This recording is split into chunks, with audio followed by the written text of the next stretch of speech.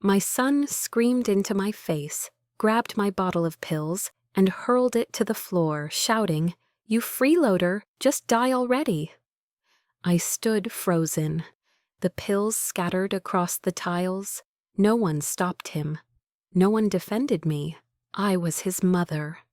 The sound of shattering plastic echoed in the room, louder than any slap could have been.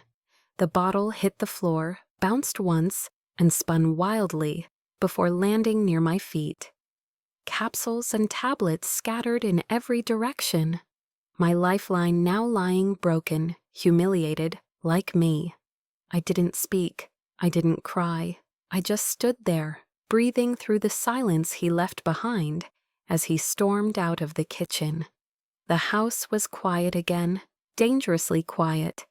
Only the slow ticking of the clock above the microwave dared to break the stillness.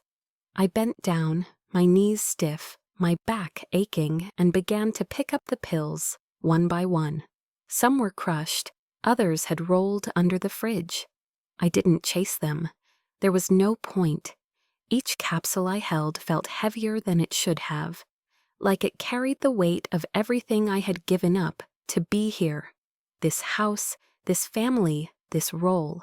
Mother, grandmother, invisible woman. My name is Margaret Wilson. I am 63 years old, and I used to be somebody. I was a nurse for over 3 decades. I used to walk with pride, speak with confidence, and laugh without apology. I had a husband who respected me, a small garden full of roses, and dreams of traveling to Italy when I retired. But all of that faded, slowly but surely, after my husband passed away. I sold our home and moved in with my son Daniel. He had lost his job during a bad stretch and was struggling to support his family. His wife, Claire, was pregnant. "It's just temporary," they said, "just until we get back on our feet." That was 6 years ago. They never stood up again. But me? I was lowered piece by piece until I nearly disappeared. First, I stayed in the guest room. Then it became the garage, then the laundry room. "The baby needs a nursery," Claire explained, all smiles and no warmth. I accepted it. I told myself this was love, that this was what mothers did. Meals became mute, my thoughts background noise. Claire's fingers were always glued to her phone. Daniel barely spoke unless I was needed for something. The grandchildren? They treated me like I was part of the furniture. I cooked, I cleaned, I stayed quiet, always quiet. Gratitude was my daily prayer. At least I wasn't homeless, but in the last few months I'd been feeling off. Chest pain, trouble sleeping. I asked Daniel to take me to the doctor. He brushed it off. "It's just your age." So I scraped together what I could from odd jobs, sewing, babysitting, and bought those pills myself. My doctor said they were essential. They were all I had. And now they were on the floor. Not because of an accident, because of rage. Because my presence had become inconvenient. A tear finally slid down my cheek, not because I was sad or angry, but because I finally saw things clearly. I wasn't family anymore. I was a nuisance, a problem to be erased. Still kneeling, I stared at the broken pills in my palm. And that was the moment something inside me shifted. Not fear, not heartbreak, resolve. That night, I didn't sleep. The laundry room that I now called my bedroom buzzed with the sound of machines, even when they weren't running. The walls were thin. The cold concrete floor creaked with every step upstairs, every door slam, every muffled laugh I wasn't part of. The only light came from a bare bulb overhead, humming softly like a cruel lullaby. My bed was a narrow cot wedged between the dryer and the utility shelves. A thin blanket, no window, no space to stretch. A pile of folded towels stood taller than my dignity. I used to sleep beside someone who loved me. We used to plan vacations, Sunday dinners, birthday surprises. I used to fall asleep to the sound of my husband reading a novel beside me. Now I fell asleep next to detergent bottles and dryer lint. Every item in that room was a reminder of how far I had fallen, and how quietly it had happened. No one ever yelled at me until today. That was the first. But the silence before it had already killed something in me. Long before Daniel shouted, long before the pills hit the floor. What hurt more than his words was how normal it had all become. I had accepted the neglect. I had accepted that no one looked me in the eyes when they spoke to me. I had accepted that I ate alone in the kitchen while they laughed over takeout in the living room. They didn't ask me what I wanted. They didn't even ask me how I was. And I, like a ghost, floated from chore to chore. Washing, folding, cooking, sweeping, babysitting. Always useful, never seen. Once I tried to tell a story from my nursing days. I thought it was funny, a moment when a patient mistook me for a movie star. Claire didn't even look up from her phone. Daniel just grunted, chewing on whatever I had cooked that night. My granddaughter rolled her eyes. "Grandma always talks too much," she said, laughing. They forgot I was someone before this house. They forgot I still am. That night, I picked up my phone and looked at an old photo. It was from Daniel's high school graduation. He had his arm around me. He was smiling. Not the forced smile he gives now, but a real one. I was thinner, younger, but it wasn't the age difference that struck me. It was the light in my eyes.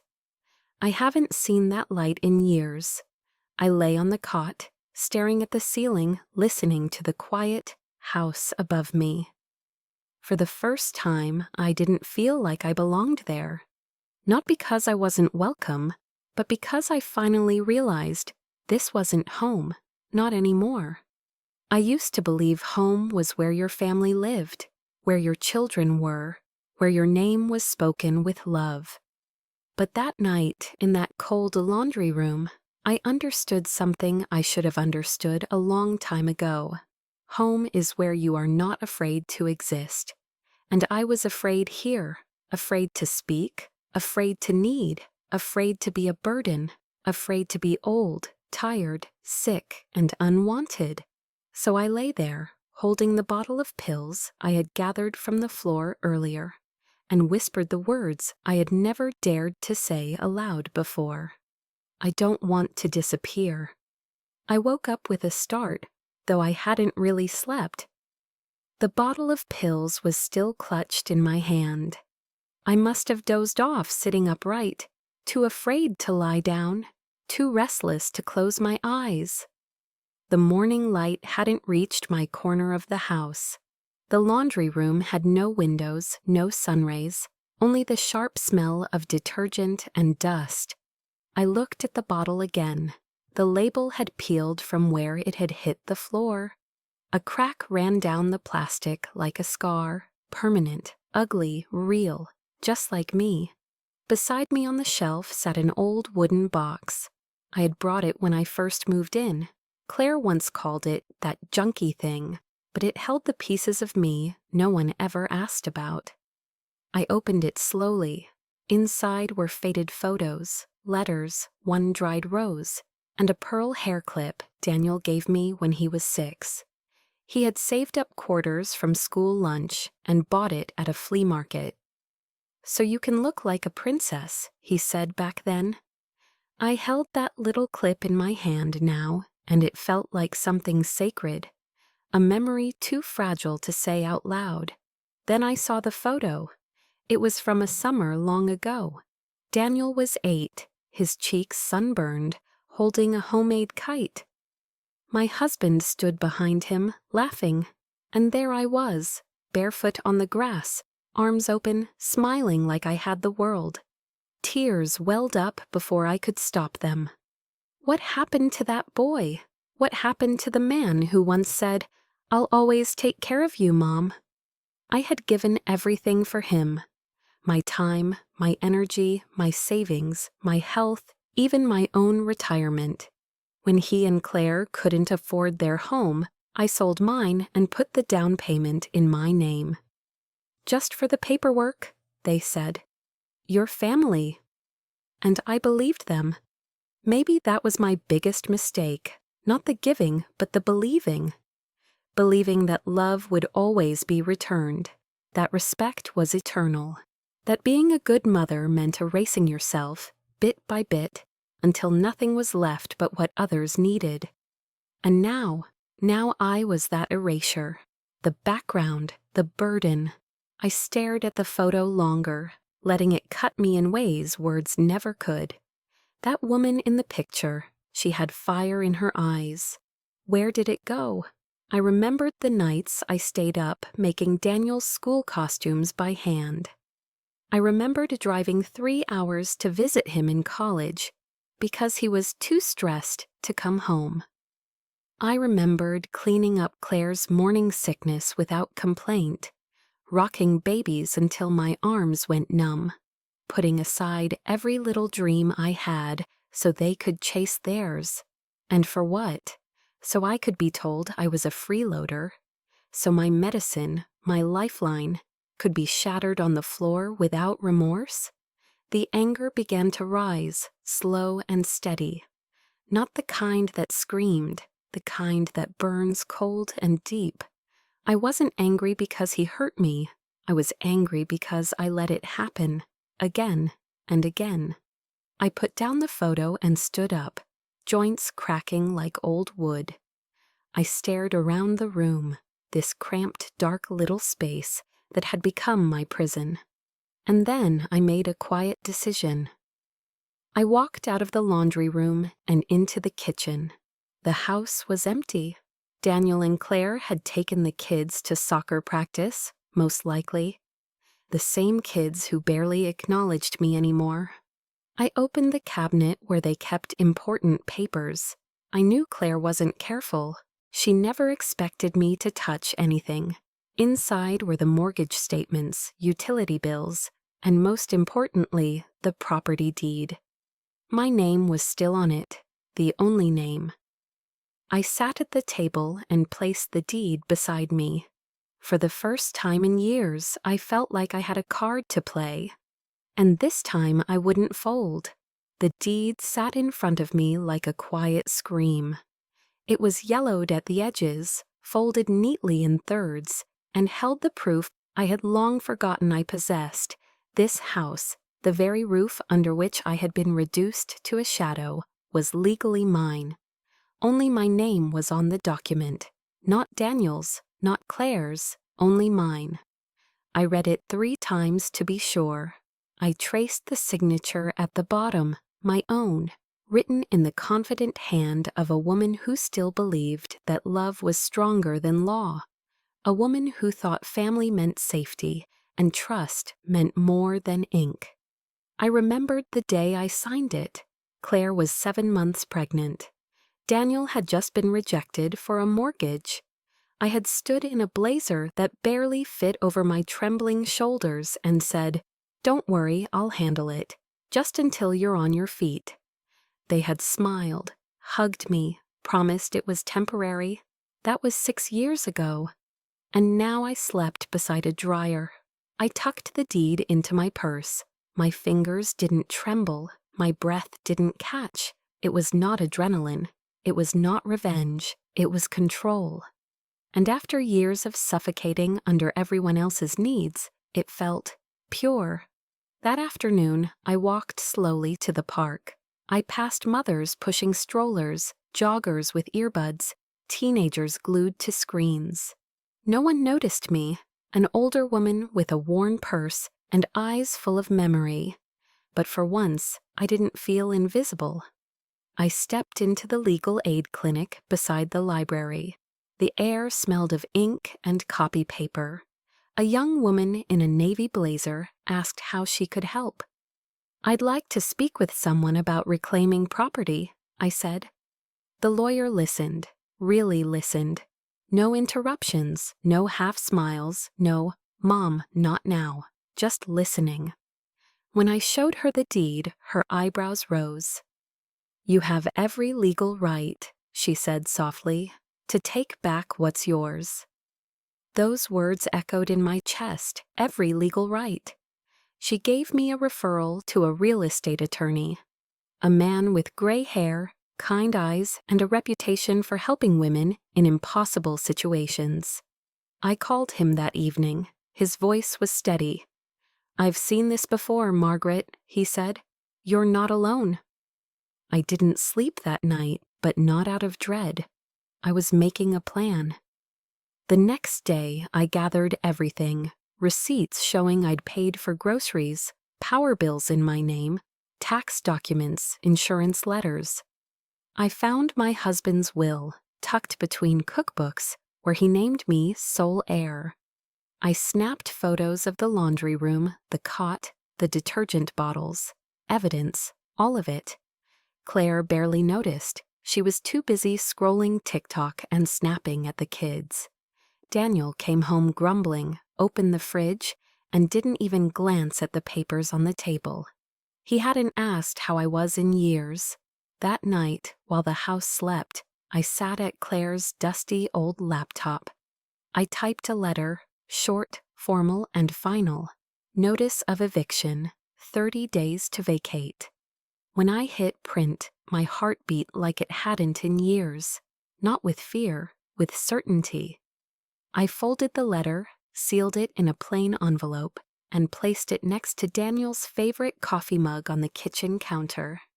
Then I turned, walked softly back down the hall, and into the laundry room. I sat on the cot, looked at the cracked linoleum, the bare bulb, the shadow of the ironing board against the wall. I waited for guilt, but it never came. Because this wasn't betrayal, this was reclamation. And for once in my life, I wasn't just surviving someone else's choices.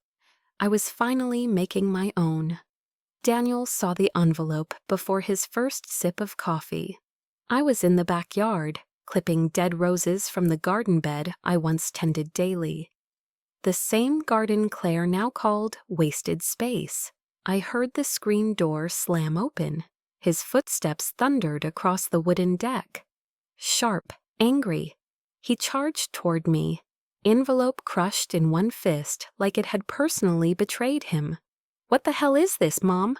His voice cracked like a whip. "An eviction notice? Are you serious?" I didn't flinch. I straightened up, garden shears in hand. "Dead serious," I said. 30 days. His mouth dropped open, caught somewhere between disbelief and rage. "You're evicting your own son? Your grandchildren?" "No," I said.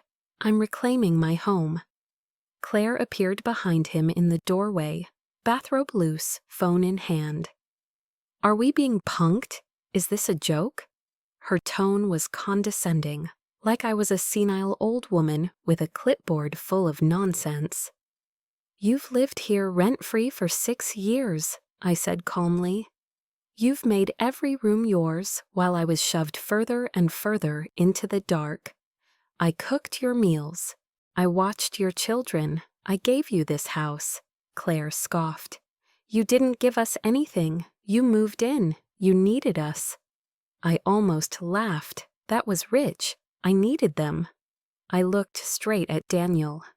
"I sold the house your father and I built to buy this one, for you. Because you were struggling. Because you promised it would be temporary. You said we were a family. That was the last lie I believed." His face turned red. "You're out of your mind. After everything we've done for you." I stepped forward, steady. "What exactly have you done for me, Daniel? Put me in the laundry room like I'm some forgotten coat rack. Let me eat alone while you posted family dinners on Facebook without me in the frame?" He opened his mouth, but no words came. Claire chimed in again. "This is financial elder abuse, you know. We can sue. We've made this our home." I took the deed out of my apron pocket and unfolded it. The paper crackled like thunder. "Whose name is on this?" I asked. Daniel snatched it, scanned the page, then again.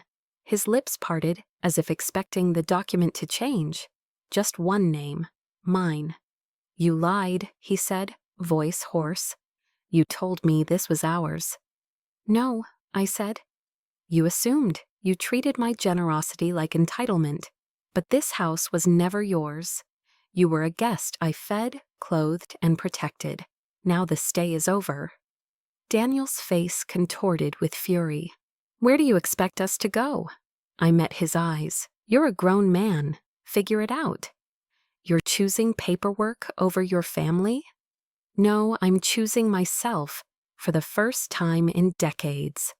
He stepped closer. I didn't back away. He wasn't taller than me today, not in this moment. Claire's voice grew shrill. "You'll regret this. The kids will hate you forever." I looked at her, calm and cold. Better they remember me as the woman who finally stood up for herself than the ghost who let you walk over her. Daniel shook his head like he couldn't believe it. "You used to be kind." "And you used to be my son," I said, "before you started seeing me as furniture." Silence, thick, suffocating. Claire muttered something and stomped back into the house. Daniel lingered.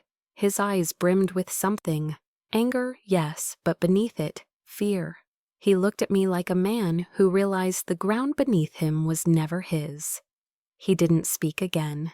He just walked away, shoulders heavy. I stood alone, surrounded by fading roses. I bent down, clipped one last dead bloom, and whispered to the wind, "That's the last time someone throws me away." The next morning, the house felt different. Not lighter, not heavier, just different. It was the kind of silence that comes after a storm, when the trees stop swaying, but the air still hums with what just passed. I stepped into the kitchen expecting chaos, but it looked like time had paused. Claire's makeup bag was still open beside the sink. A half-finished bowl of cereal sat limp and soggy on the table. One of the kids had dropped a sock by the fridge, as if they were rushing out. Then I saw the duffel bags by the front door. 1, 2. A third near the coat rack. Claire's suitcase was open, overstuffed, messy. They were packing. My hands didn't tremble. My heart didn't race. I just stood there, letting it settle in. Letting the truth grow roots. They were leaving. For years I had feared this day. I thought it would come with screaming, with guilt, with a pit in my stomach and a tear in my eye. But none of that came. Instead, I made tea. Jasmine, my favorite. No one ever asked what I liked. They just bought what was cheapest. But I'd hidden this box for months, saving it for a day when I could truly sit down and taste it. That day had come. At 11:23 a.m., the front door creaked open. I heard hushed footsteps, Daniel's voice low and clipped, Claire snapping about chargers and jackets. One of the kids mumbled, "Where's Grandma?" I didn't answer. I stood at the top of the stairs, watching from behind the curtain. They didn't see me. Claire was the first out the door. Her face was tight, jaw clenched. She tossed bags into the trunk without care. Daniel followed, carrying a plastic bin that used to hold my sewing supplies. He paused at the door, looked back, looked up. His eyes met the window, where I stood, still, silent. For the first time in years, he didn't look angry. He looked unsure. I didn't wave. He didn't either. Then he closed the door, drove away, and just like that, the house was mine again. I walked from room to room, each one a territory I had once surrendered without a fight. I took it back, not with fury, with reverence. The guest room, mine now, the living room. I opened the curtains wide and let the light flood in. The children's room? I sat gently on the edge of the bed and ran my hand over the worn stuffed animals. I wasn't angry at them. They were children. They had just learned what the adults modeled. Then I walked into the laundry room. The cot still sat in the corner like a bad memory, a symbol of every time I chose peace over dignity. I grabbed it, both hands full force, and dragged it out to the street. Neighbors looked on. I didn't care. Let them see. I returned inside, grabbed a pen and paper, and left a note on the fridge. This is the last thing I'll carry for you. That night, I made myself dinner. Not leftovers, not scraps. A real meal, roasted salmon, asparagus, and garlic potatoes. I lit 2 candles, for ambiance, for myself. I poured a glass of wine and sat at the head of the table, the seat I used to give up, not tonight. And as I ate, I remembered who I was. After the dishes were done, I pulled out my journal, the one Claire once mocked as a book of regrets. I opened to a blank page and wrote, Day 1. This house is mine again, but more importantly, so am I. It had been 3 days since the last door closed behind them. The house was mine again. But more importantly, I was mine again. At first, the silence was jarring, not the kind that comes when something is missing, but the kind that comes when something finally settles. There were no footsteps upstairs, no arguing in the kitchen, no cold glances or quick dismissals. Just the gentle ticking of the old wall clock and the occasional creak of the wooden floors as they adjusted to a new kind of peace. That morning, I made coffee the way I liked it, extra strong with a pinch of cinnamon. I sat by the window, the one I was never allowed to decorate, and watched the light crawl across the floor like a blessing. For the first time in years, I wasn't bracing for anything. I wasn't preparing for criticism or demands or complaints. I was simply being. I spent the afternoon clearing out the spaces they left behind, not out of bitterness, but clarity. I opened windows and let air sweep through rooms long weighed down by tension. I folded tiny shirts, tucked away plastic toys, and packed up what didn't belong to me. Each drawer I emptied felt like lifting a stone off my chest. Then, in the farthest corner of the garage, I found something I had forgotten. A canvas, half-painted. A stormy coastline, abandoned mid-brush stroke. I remembered starting it years ago, before Daniel moved in, before everything became about survival. I brought it inside. The next morning, I set up my old easel by the back window. The sun filtered in through dusty blinds as I reopened my paint box. The colors were cracked, the brushes stiff, but my hands, they remembered. I painted for hours, not because I had to, not to impress anyone, but because I wanted to. Because somewhere, deep inside, the girl who once dreamed of painting full-time was still alive, and she'd waited long enough. Later that evening, I stood in front of the bathroom mirror. Really stood. Not passing by, not judging, just seeing. My reflection was older, yes. My silver hair, the lines around my eyes, the softness in my neck. But behind all of that was someone who had endured, someone who had burned quietly and still carried her own fire. I know you, I whispered to her. She smiled back. The next day I did something small but bold. I walked to the little cafe down the street. I had passed it for years but never allowed myself to go in. Always too busy, too ashamed, too tethered to things that weren't mine. I walked in wearing my favorite scarf, the red one Claire once mocked as too loud. I ordered a cappuccino and a slice of lemon tart, sat by the window and watched the world move. A young server complimented my scarf. I thanked her and meant it. Then I walked to the bookstore. I bought a blank journal, sky blue, with a soft leather cover. That night, I opened to the first page and wrote, I am no longer the background, I am the frame. I am no longer waiting, I am walking. As I closed the journal, my phone lit up. A message from Patricia, a dear friend I hadn't seen in years. I heard you're on your own again. I'd love to visit. Maybe lunch, like the old days? I stared at the message, heart full, and then I typed, yes, come, I've finally made space. It had been 3 days since the last door closed behind them. The house was mine again, but more importantly, I was mine again. At first, the silence was jarring, not the kind that comes when something is missing, but the kind that comes when something finally settles. There were no footsteps upstairs, no arguing in the kitchen, no cold glances or quick dismissals, just the gentle ticking of the old wall clock and the occasional creak of the wooden floors as they adjusted to a new kind of peace. That morning, I made coffee the way I liked it, extra strong with a pinch of cinnamon.